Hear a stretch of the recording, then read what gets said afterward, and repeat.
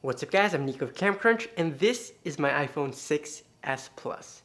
Now I just got this phone recently and I've been quite impressed with the camera. So in this video I'm going to teach you guys, I'm going to share some tips on how you can get better photos using your iPhone or any smartphone for that matter with similar features to this iPhone 6s Plus. So the first thing you'll want to know when taking pictures with your smartphone is that lighting is everything. It's not just with the smartphone, but with photography in general. You know, the better light that you have or the better quality of light you have, the better the image is going to turn out. And with these smartphones especially, these smartphones have smaller sensors than your advanced point and shoot cameras, your mirrorless cameras, or your DSLR cameras.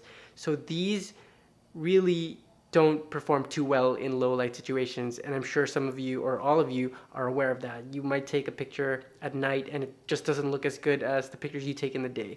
So the more light you can have in your image, the better it is for these smartphones. So next time you're composing an image, don't just look at your subject and how it's looking. You need to also look or think about the quality of light that you have, whether there's enough light or whether the light is hitting your subject the right way. The more light and the better light that you have, the better quality image you're going to have coming out of the smartphone.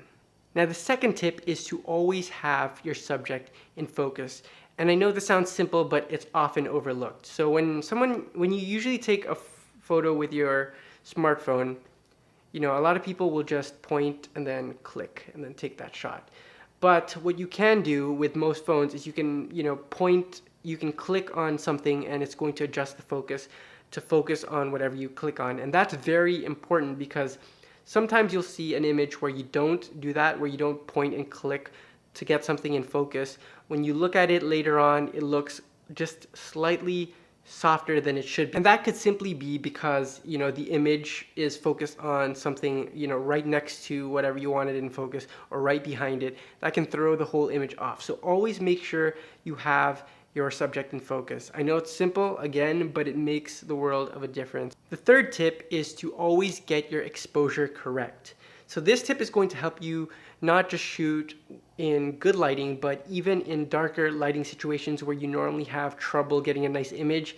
One of the tips I'm going to share with you guys today will help you guys out a lot. Now usually with a phone, when you click to focus, it's also going to get the exposure for whatever you click. So it's going to make sure that whatever you click looks correct. And the way it does that is it usually balances out the tones in that image to middle gray. So it tries to get the average, basically, not too dark and not too light.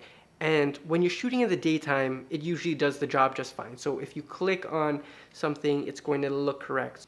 Now, one thing you can do is change exposure with the iPhone at least and many other cameras. And you do that by clicking, and then once you have the exposure that the camera gives you, you can drag your finger up or you can drag it down to either increase or decrease the exposure or make the image lighter or darker. And this is a good way to adjust your image, and one of the things that I recommend you doing, especially when you're shooting at night. Remember how I told you guys that the camera tries to average your scene out to middle gray? Well, when you shoot at night and things are mostly black anyway, mostly in the shadow, mostly just dark in general, the camera's still going to try to make those things brighter and average those out to middle gray, even though they're supposed to be black. So because you have more black, the camera tries to compensate and increase the brightness of the image, making the image look a little bit gray. And when the camera does that to the image, when it tries to brighten the image, what it's basically doing is it's increasing the ISO in your camera, and that leads to more noise or more grain. So that's why the images don't look that good. So one of my tips for shooting at night is actually adjusting the exposure. So once you click on whatever you need to be focused and exposed for, you can then adjust your exposure, and I usually darken the image. That makes the blacks blacker, or as black as they should be. So for example, the sky doesn't look so gray, it looks, darker. And that will also decrease the ISO that's used by the camera, and it's going to make the image look better overall. So that is a tip for you guys who are especially struggling at shooting photos at night. Now the fourth tip is to lock your exposure and your focus. One of the problems that you might encounter is that when you tap something to be in focus and exposed, sometimes if you don't click the shutter fast enough, it might change, or you might accidentally click something else and then it might change. But most of the time you want that still once you've already set it. So what you want to do is, with the iPhone at least, you hold down that box, and in approximately 3 seconds it locks the exposure and the focus. And once that happens, it's just there until you unlock it, which you can do by clicking again. But if you're going to take your time to maybe compose the shot or something else, you want to lock that exposure. So again, hold it for 3 seconds so that your exposure and your focus is locked, and then you can take the image. It's going to be nice and clear. The final tip has to do with editing your images. A lot of you guys like to keep your images how they are when they're shot, and that's cool. If you guys are into that, then you don't need to watch this final tip. But for those of you that do want to edit your photos, this is the tip for you. Now, the first thing you want to make sure you're doing is shooting without a filter on. So when you shoot with the iPhone, you can already have some photo filters preset, so that when you take the picture, it already has a filter on. You want to not do that. You want to shoot at normal or none. And so that way you can make editing easier afterwards, because you don't already have a filter on it. And the next thing you want to do is edit your photos. And again, you don't have to do this, but this is something I like doing. If you're going to post on Instagram, you can use the Instagram filters or the Instagram edit settings, but the app that I like to use is called VSCO or VSCO Cam. And this is a company that makes not just filters for the phone, but they also make presets for Lightroom and for Photoshop, if you guys use those as well.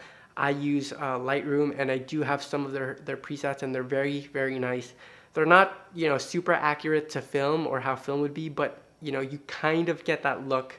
And if that's what you like, then they're very good for that. And I think they've gone down in price since they were launched like a couple of years ago. So, they're very good, especially if you want those presets. But on the phone, the app is super easy to use. I like it because the filters that you get are very nice already. And you can buy premium ones for not so much. And, if you know what you want, you can just buy one pack, and then you'll get a couple of good filters, and you can just use those over and over again. And I also like their advanced editing settings. Things like fade and things like the highlight and shadow tone, those are things that were on VSCO before they were on Instagram. So now that they're on Instagram, some of the people who don't use VSCO don't know that they were actually on VSCO long before they were on Instagram, and that's why I started using VSCO. They just had a lot more editing settings. Now, I'm not going to go too much into this because I can talk for days about this app, but that's just my little tip. VSCO, shoot flat, and then edit with VSCO.